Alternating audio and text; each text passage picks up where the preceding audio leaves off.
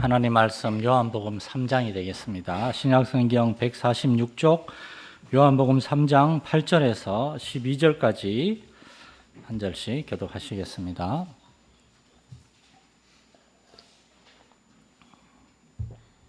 요한복음 3장 8절에서 12절입니다. 바람이 임의로 불매 내가 그 소리는 들어도 어디서 와서 어디로 가는지 알지 못하나니 성령으로 난 사람도 다 그러하니라.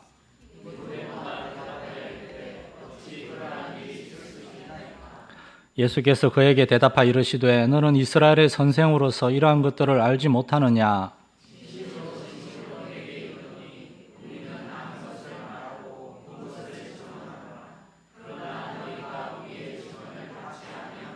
같이 읽겠습니다. 내가 땅의 일을 말하여도 너희가 믿지 아니하거든 하물며 하늘의 일을 말하면 어떻게 믿겠느냐. 아멘. 할렐루야. 예배 오신 여러분을 환영합니다. 요한복음 3장에 이 거듭남과 구원에 대한 메시지, 이 설교를 준비하면서 여러 목사님들의 설교를 찾아봤습니다. 이분들이 공통적으로 거듭남과 구원에 대한 설교를 준비할 때 그 본문을 요한복음 3장 1절에서 8절 사이로 다 잡고 있다는 것을 알게 됐습니다. 이 예수님과 니고데모의 대화, 이 거듭남에 대한 이 대화가 성경에서 거듭남과 구원에 대한 가장 중요한 메시지라는 것입니다. 거듭남에 대한 설교들, 그런데 그분들의 설교들에 또 공통점이 있는데 대부분의 포커스가 어떻게 하면 거듭날 수 있는가, 그 실제적인 문제에만 집중해 있더라고요. 목사님들의 주된 관심이 아무래도 성도들이 예수를 잘 믿고 거듭나서 천국 가게 하는 거기 때문에 그렇겠죠, 물론. 지난주에 우리 성결교회와 감리교회 초창기 그 교리를 만드신 요한 웨슬리 목사님의 설교집을 좀 봤는데 그분도 그 설교집에 이렇게 글을 쓰더라고요.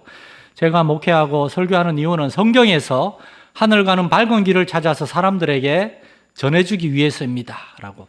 하늘 가는 밝은 길. 우리가 하늘나라에 들어갈 수 있는 그 밝고 아주 선명한 유일한 한 가지 길은 거듭나는 것입니다. 요한복음 3장 3절에서 예수님은 진실로 진실로 내게 이르노니 사람이 거듭나지 아니하면 하나님의 나라를 볼 수 없느니라 말씀하셨습니다. 이 말씀에서 우리는 순서를 정확하게 알 수 있습니다. 거듭나지 아니하면 하나님 나라를 볼 수 없어요. 거듭나야만 하나님의 나라를 볼 수 있고 하나님 나라에 속해 있는 영적인 진리들을 이해하고 그걸 받아들일 수 있다는 겁니다. 거듭나야지만 모든 것이 시작됩니다. 사람은 먼저 태어나야 합니다.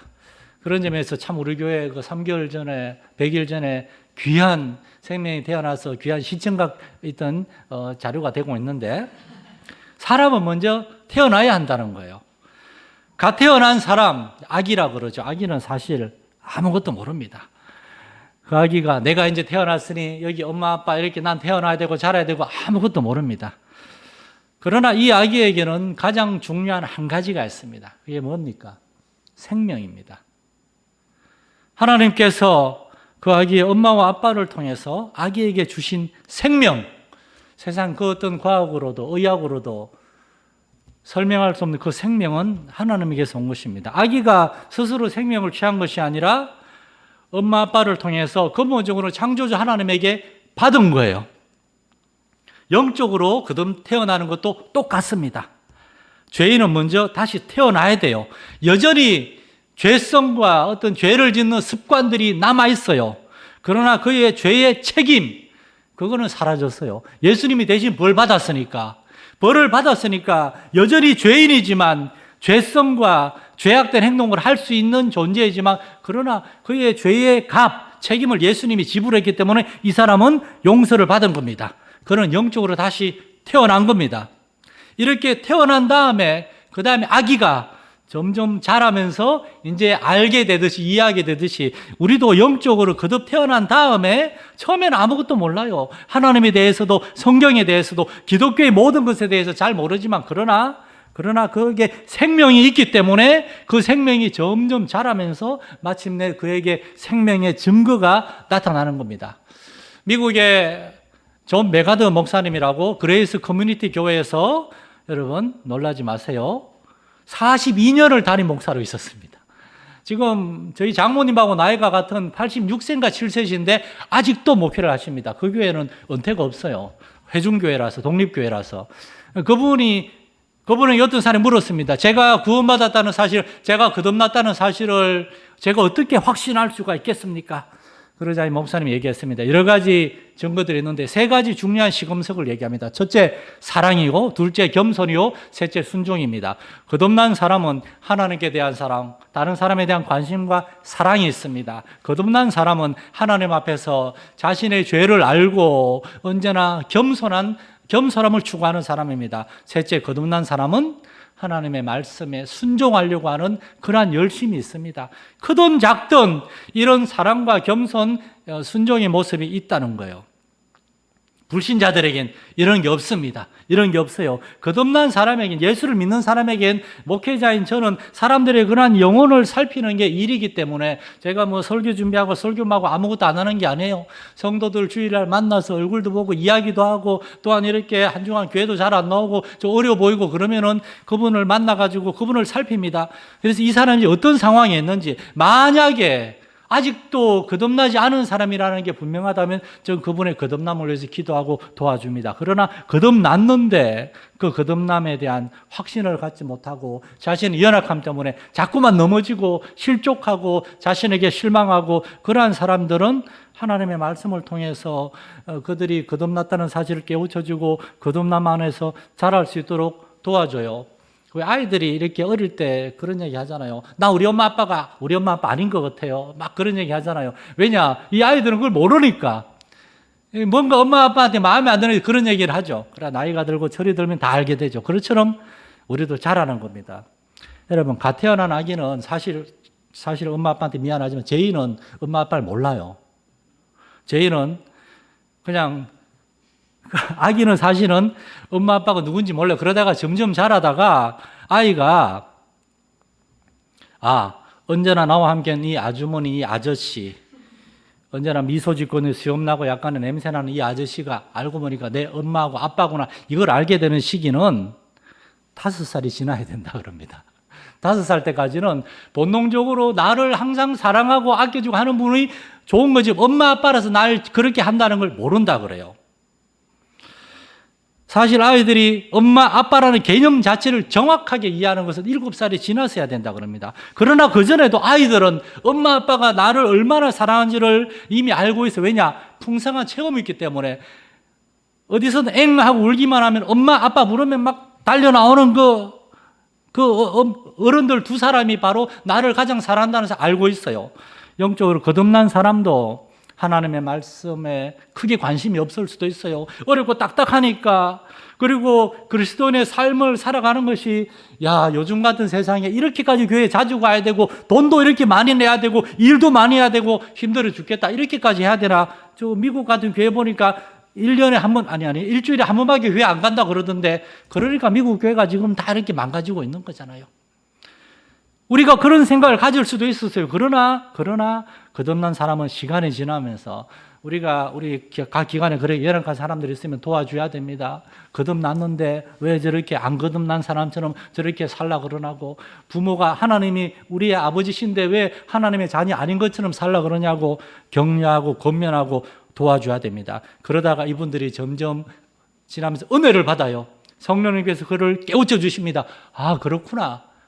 하나님이 나에게 예수님을 보내주셨고 예수님이 나를 위해 죽으셨고 예수님을 통해서 내가 하나님께 돌아왔는데 이렇게 살면 안 되지. 그게 소위 말하는 은혜를 받는 겁니다. 은혜를 받아요. 은혜를 받을 때마다 우리가 하나님을 아는 지식과 체험이 점점 깊어집니다.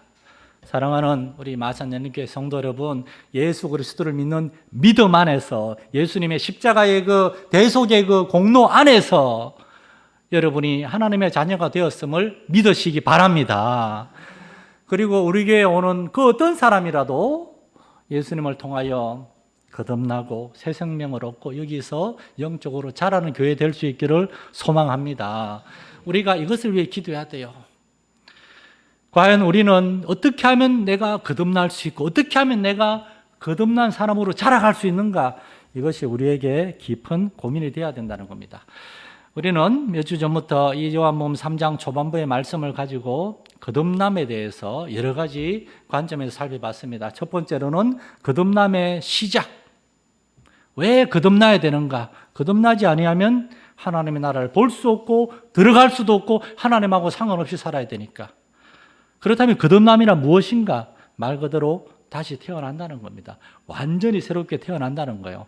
그리고 이제 지난주부터 그렇다면 많은 목사님들이 이야기하고 있는 그렇다면 우리는 어떻게 거듭날 수 있는가에 대해서 살펴보고 있습니다.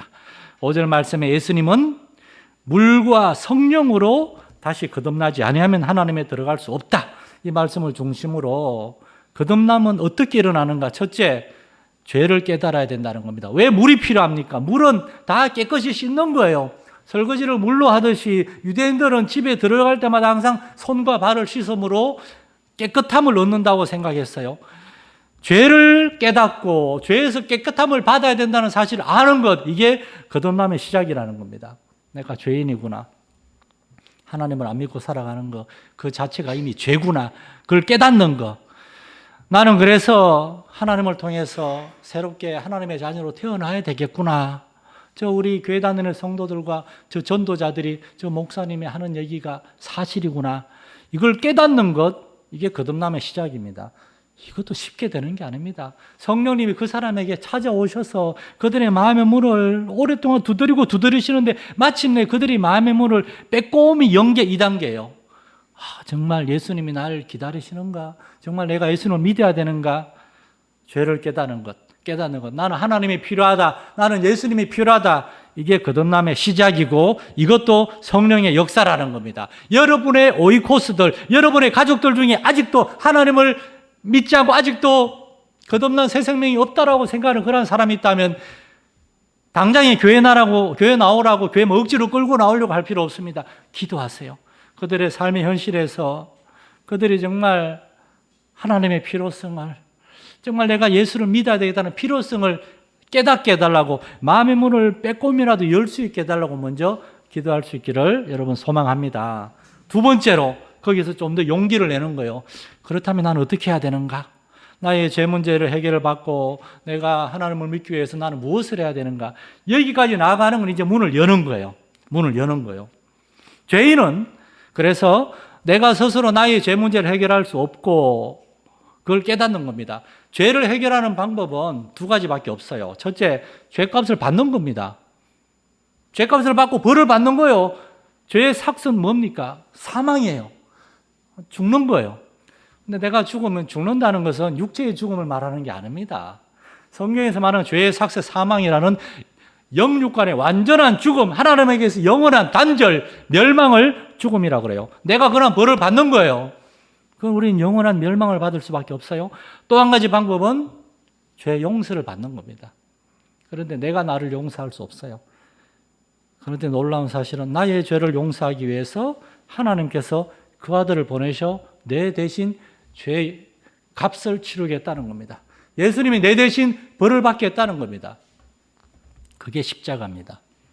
얼마 전에 진흙 형제가 십자가 예수님이 못 박혀 죽었고 십자가는 사형터리고 저주의 상징인데 왜 교회 다니는 사람은 십자가를 그렇게 좋아합니까? 사랑합니까? 그래서 우린 그 정도로 사랑하진 않는다고. 성당 다니는 사람은 십자가 팔찌하고 목걸이하고 막 그러는데 우리는 그냥 교회 앞에 탁 달아놓고 저 십자가에서 예수님이 나의 죄 문제를 해결해 주셨구나, 그걸 생각하면서 첫째로는 감사하고 둘째로는 그럼에도 불구하고 여전히 죄 가운데 넘어지는 나의 죄를 하나님께 고백하고 회개하기 위해서 십자가를 상징적으로 달아놓는다. 그렇게 설명을 드리니까 막 100% 이해했다고 좋아하더라고요. 여러분, 죄 문제를 해결하는 건 두 가지밖에 없습니다. 죄 벌을 받고 영원한 멸망을 당하는지 아니면 용서를 받는 건데 예수님이 우리 대신 죄 용서를, 죄값을 치러주셨어요. 여기서 중요한 것은 우리가 그것을 머리로만 아는 것이 아니라 우리의 마음으로, 삶으로 아는 데까지 나아가야 된다는 겁니다. 그러기 위해서 우리에게 필요한 것은 무엇인가? 두 가지 질문을 드릴게요. 첫째, 여러분은 죄가 얼마나 크고 무섭고 악한 것인지 절망적인 것인지를 알고 계십니까? 여러분, 오늘날 예수 믿는 사람들의 문제는 죄를 너무나 쉽게 생각해요. 아무렇지 않게 죄를 짓습니다. 두 번째로 그 여러분의 죄와 절망과 비참함을 해결하기 위해서 예수님이 이 땅에 오셨습니다. 그 예수님을 통해 나타난 하나님의 사랑이 얼마나 크고 놀라운 것인지 여러분 알고 있습니까?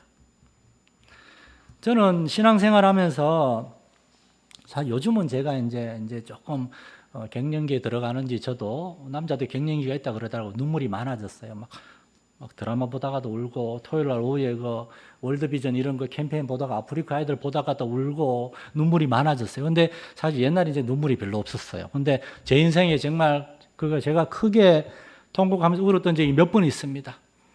요즘 자주 이 간증을 해서 여러분 좀 식상할 수도 있지만 제가 고등학교 2학년에서 3학년 겨울방학을 지날 때 우리 부모님은 제가 사춘기 하는지도 몰랐지만 저도 사춘기 엄청 했거든요. 저희 집이 너무 힘들어서 제가 사춘기 한다고 부모님한테 뭐라 반항할 수가 없었어요. 부모님을 더 힘들게 할 것 같아서.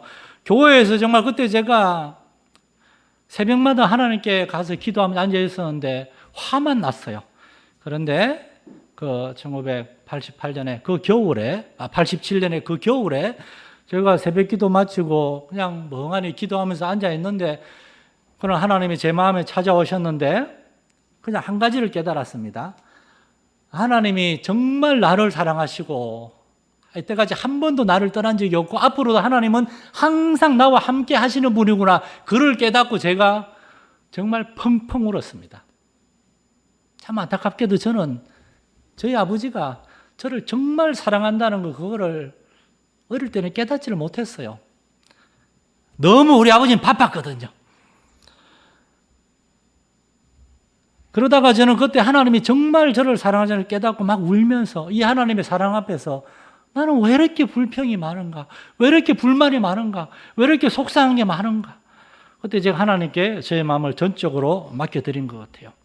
그 이후에도 몇 번 운 적이 있습니다. 제 아내가 제가 결혼해 주세요 할 때 알겠어 했을 때 너무나 고마워서 운 적도 있고 참 두 번의 유산을 경험한 후에 이제 첫째 아이를 가졌을 때 말레이시아에서 정말 저희 부부하고 그때 이제 그 박종성 강병호 성교사님 집에 우리가 그 방한칸에 그렇게 있으면서 선교를 받을 때인데 그분들하고 같이 막 손잡고 울면서 막 감사기도 한 적이 있는데 그런데 그 이후에 수십 년이 지났습니다. 많은 일들이 있었고 저도 50대 중반이 들면서 사실은 목회자이지만 신앙생활하면서 어떨 땐 저도 모르게 타성에 빠지기도 하고 열정과 감동이 좀 식어있는 거 보고 저는 매주 제가 설교한 걸 항상 다시 듣습니다. 이 발음이나 설교를 얼마나 제대로 하고 있는가 근데 들으면서 너무 뜨겁지 못하고 그런 걸 느끼고 참 마음이 많이 부끄러운데 제가 참 부족한 게 많은데 그럼에도 불구하고 이제 요즘 들어서 이제 저녁마다 기도를 하잖아요. 저녁마다 기도하면서 앉아 있으면서 막 성도들 기도하고 이제 어느 정도 다 하고 이제 또 중량이도 반복해서 더 해야 되는데 갑자기 저 자신을 생각하는데 이번 주에도 갑자기 그 찬양이 떠오른 거예요. 10,000 Reasons라고 만 가지 은혜. 찬송가 만 가지 은혜를 받았으니 그건 아니고요. 다른 찬양인데 복음성가인데 갑자기 첫 구절이 기억이 안 나네. 송축회 내용은 내가 새하려 보니까 만 가지 은혜를 받았는데 그걸 생각하면서 제가 막 노트를 꺼내가지고 제가 막 또 이렇게 감사의 제목을 막 쓰기 시작했습니다. 저는 기도할 때 옆에 노트를 놓고 기도하거든요. 갑자기 설교 아이디어가 떠오르거나 기도 제목이 떠오르거나 하면 그 이제 기도 제목을 썼어요. 하나님 저에게 믿음을 더해 주세요.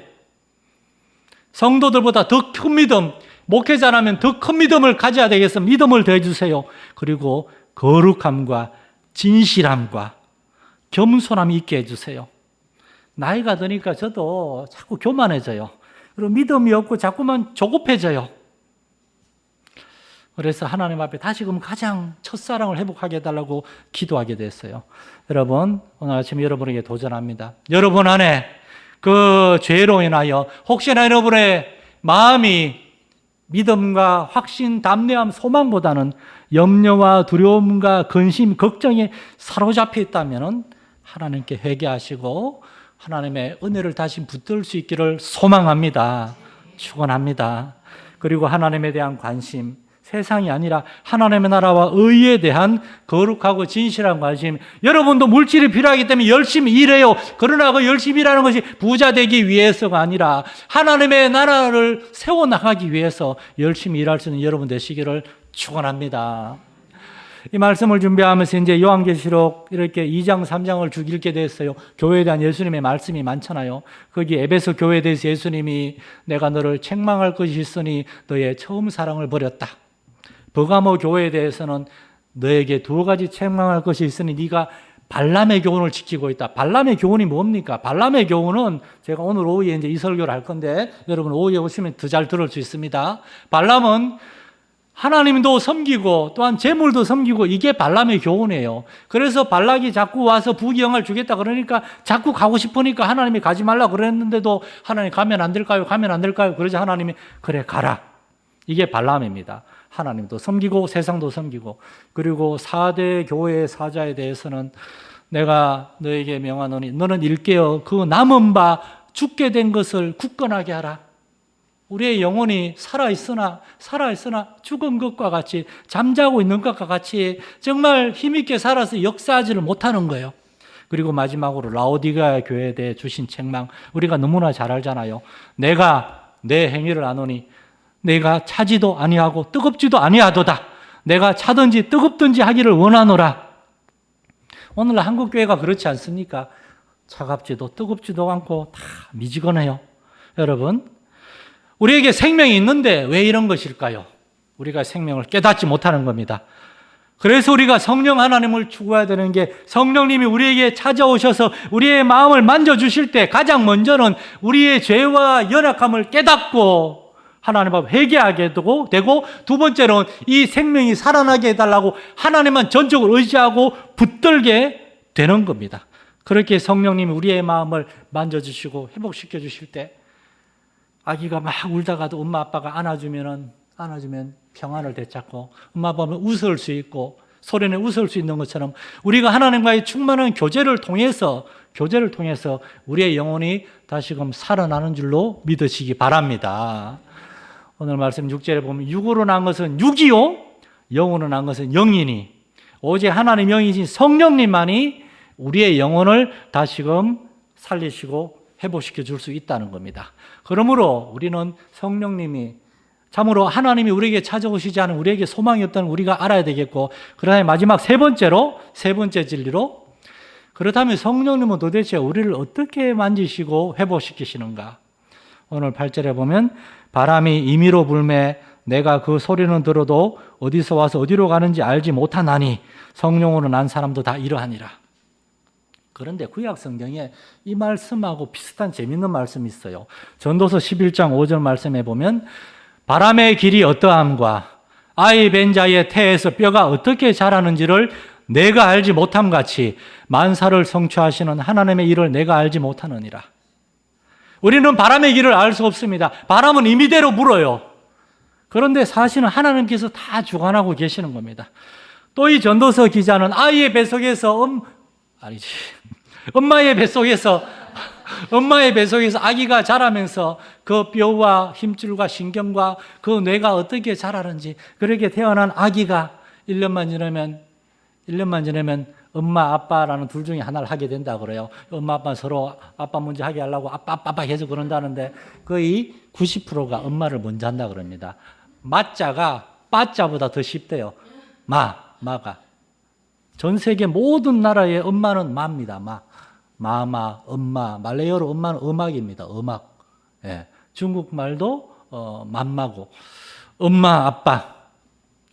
이 생명 어떻게 생겨나는지 우리 모릅니다. 하나님은 다 알고 계세요. 창세기 2장 7절에 여호와 하나님이 땅의 흙으로 사람을 지으시고 생기를 그 코에 불어넣으시니 사람이 생명이 된지라. 여기서 여러분 이 사람이란 말이 사람을 지으시고 할 때 사람이란 말이 영어로 body입니다. body. 그런데 영어에 죽은 시체를 가리켜서 body라고 그래요. 몸만 남아있으니까. 그런데 여기에 하나님이 생기를 그 코에 불어넣으셨을 때 사람은 생명. 옛날에 여러분 잘 아시는 조영호 목사님 이건 영혼이 아니라 그랬어요. 이거는 생명은 살아있는 사람, 살아있는 존재라는 뜻이에요. 무슨 말이냐? 하나님의 영혼이 들어오지 않으면은 사람은 그냥 바디, 시체와 마찬가지인 거예요. 거기에 하나님의 생기가 들어왔을 때 사람은 정말 살아있는 존재, 생명, 사람이 된다는 것입니다. 그런데 세상 사람들은 성령님을 인정하지 않습니다. 하나님도 믿지 않습니다. 그러므로 그러는 그들에 대해서 우리는 살아있으나 죽은 사람으로 얘기하는 겁니다. 자, 여러분 안에 하나님의 성령님, 여러분을 참으로 살게 하는 하나님의 성령이 계신 줄 믿으시기 바랍니다. 그 성령님이 일하시는 방식을 우리는 몰라요. 우리는 사실을 알 필요도 없어요. 그러나 우리가 알게 될 때가 있어요. 경험적으로 하나님이 나의 영혼을 살리시고 하나님이 그 성령은 내 안에 계시는 것을 내가 어떻게 아는가? 첫째, 하나님 앞에서 나의 죄를 깨닫고 하나님 앞에 예배하며 나올 때마다 겸손하게 하나님 얼굴을 구하면서 주님, 이 죄인 여기 나왔습니다. 용서해 주세요. 그렇게 기도하며 나아가는 여러분의 마음과 여러분의 삶의 태도를 통해서 여러분은 거듭난 사람이고 하나님의 자녀임을 확신하시기 바랍니다. 두 번째로 하나님의 성령으로 거듭난 사람은 하나님을 바라보게 됩니다. 자기 자신만이 아니라 세상만이 아니라 내 인생, 내 삶만이 아니라 하나님을 바라보면서 하나님은 무엇을 원하시는가? 하나님의 뜻은 무엇인가? 제자들이 처음엔 예수님의 말씀을 들을 때하고 달리 점점 지나면서 예수님의 제자가 되어가는 과정과 변화가 약하게 했어요. 그러한 제자들이 예수님 뭐라 말씀하십니까? 너희는 가서 모든 민족으로 제자를 삼으라. 너희들의 삶의 자리에 있지 말고 너희는 가라. 너희가 해야 될 일이 있다. 거듭난 사람은 자기 자신의 삶만이 아니라 하나님을 바라보게 되고 하나님이 원하시는 게 무엇인지 알게 됩니다. 그래서 저는 조금 조심스러운 얘기긴 하지만 오래전에 한국교회도 잠깐 유행했던 무교회주의라고 했어요. 교회 필요 없다. 저는 그 사람들은 거듭나지 못한 사람들이라고 생각합니다. 거듭난 사람들은 반드시 함께하게 돼 있어요. 거듭난 사람이 다른 사람에 대해 관심이 없을 수가 없어요. 거듭난 사람은 언제나 다른 사람을 돌아보고 살피게 돼 있어요. 선교사님들만이 아니라 목회자들만이 아니라 선교사님들이 이제 선교사 훈련 받으러 오면은 이렇게 그분들 쭉 살펴보면 어떤 사람은 정말 이기적이고 자기중심적인 사람이 있어요. 그런 분들은 선교지에서 가가지고 다른 사람들을 돌아보고 살피기가 정말 힘듭니다. 우리 안에도 그런 본성이 있어요. 우리 예수를 믿으면서 우리가 이렇게 싸워야 돼요. 다른 사람에 대한 관심, 다른 사람에게 우리의 마음을 오픈하고 우리의 집을 오픈하고 우리의 삶을 오픈하고 그들을 나의 삶에 초대해서 그들과 함께 삶을 나누고 마음을 나누고 내가 믿는 하나님에 대해 나누고 이게 복음을 전하는 거고 이게 선교고 이게 하나님의 일을 하는 겁니다. 그런데 거듭나지 못한 사람은 그걸 못해요. 자기 자신만 생각해요. 요한계시록 3장 20절에 보면 예수님이 볼지어다 내가 문 밖에 서서 문을 두드리노니 누구든지 내 음성을 듣고 문을 열면 왜 예수님은 남의 집에 이렇게 자꾸 들어가려고 하시는 걸까요? 이게 기독교고 이게 하나님을 믿는 길이기 때문입니다. 기독교는 다른 사람의 삶에 간섭하는 것이고 그들의 삶에 들어가서 그들과 함께 교제하는 것이고 그들을 도와주는 거예요. 하나님은 말씀하십니다. 예수님이 우리의 마음에 들어오신 것처럼 우리도 다른 사람의 마음의 문에 찾아가서 그들의 마음의 문을 두드려야 돼요. 그러라고 교회가 있는 것이고 이를 위해서 우리는 복음을 전하는 겁니다. 그 시작은 무엇입니까? 성령님을 통해서 하나님이 나에게 찾아오셨고 하나님이 나의 죄 문제를 해결해 주셨고 이제 예수의 영이신 성령님이 내 안에 거하신다는 그 사실을 알게 될 때 우리는 그 감사함과 감격으로 우리도 이제 눈을 들어서 다른 사람을 돌아보고 살피게 됩니다. 예수님은 니고데모에게 너는 이스라엘의 선생으로서 왜 이런 일을 알지 못하느냐? 왜냐하면 이런 일은 하늘에 속한 일이거든요. 하늘에 속한 일. 세상 사람들은 죽었다 깨어나도 자기 자신밖에 모릅니다. 율법을 많이 한다고 하는 유대인들, 땅에 속한 사람들은 이 거듭남의 진리와 기독교에 대해서 전혀 깨닫지 못해요. 가나의 혼인잔치에서 예수님의 말씀에 순종해서 돌 항아리에 물을 부은 이 하인들은 물이 창조주를 만나가지고 물이 포도주가 된 사실을 그들만 알고 있어요. 순종했을 때 알고 있어요. 그들은 돌아가서 그 감격, 그 나사렛에서 온 젊은 랍비 예수님의 그분의 말씀에 순종했을 때 물이 포도주가 됐어요. 내가 물을 담았는데 나중에 부었을 때 포도주가 됐어요. 나는 그 일을 봤어요. 목격했어요. 그분은 정말 창조주이시며 하나님의 아들이십니다. 그들에게 그런 간정이 생겨났을 거 아닙니까? 여러분, 성령님을 경험하고 성령님의 능력으로 거듭난 사람만이 알 수 있는 하나님이십니다. 여러분이 바로 그 성령님의 능력으로 거듭나서 새 생명을 얻은 줄 믿으시기 바랍니다. 그러므로 이제 그 성령님을 더욱더 깊이 경험하고 성령님의 은혜와 사랑, 정말 죽은 자를 다시 살리시고 사도들을 통하여 사도행전이 성령의 행전이잖아요. 놀라운 교회의 회복과 부흥과 그 전도의 역사를 이루신 성령님의 능력을 경험하게 해달라고 우리 마산열린교회 안에, 우리 여러분이 속한 기관 안에 하나님의 성령님의 능력이 나타나서 참으로 내 안에 하나님의 생명이 있고 우리 안에 하나님의 생명이 있고 세상을 창조하신 하나님이 우리 교회를 다스리시고 나의 삶을 다스리신다는 것을 경험하고 이것을 전하고 나눌 수 있는, 주의 복음을 전하고 나눌 수 있는 저와 여러분 될 수 있기를 간절히 소망합니다. 하나님 아버지, 거듭난 사람만이 하나님의 말씀을 들을 수 있고 깨달을 수 있고 거기에 순종할 수 있는 줄 믿습니다. 이 말씀이 참으로 우리에게 주신 창조주 하나님의 생명의 말씀이요, 이 말씀을 우리에게 전해주시려고 말씀이 친히 육신이 되어 우리 가운데 거하심에 그분이 바로 우리에게 오신 하나님의 아들 주 예수 그리스도이심을 우리가 믿고 영접한 줄로 믿습니다. 그러므로 이제 우리의 삶 가운데 그 예수 그리스도의 삶이 나타나게 하여 주옵소서. 성령의 함께 하심이 나타나게 하여 주옵소서. 우리는 혼자가 아님을 알게 하여 주옵소서. 두렵고 힘든 일을 만날 때마다 하나님 앞에 조용히 앉아서 기도하며 하나님의 은혜를 구할 때 하나님께서는 하나님의 상한 갈대를 꺾지 아니하시는 그 은혜와 사랑이 하나님이 우리의 마음을 위로하시고 우리에게 믿음을 더하여 주실 것이며 우리가 도무지 해결할 수 없는 삶의 문제들도 하나님이 간섭하시고 해결하시는 그러한 놀라운 하나님이심을 경험하는 우리 성도들 되게 하여 주옵소서. 성령님을 믿고 인정하고 순종함으로 성령의 은혜와 능력을 경험하는 복된 삶이 있게 하여 주옵소서.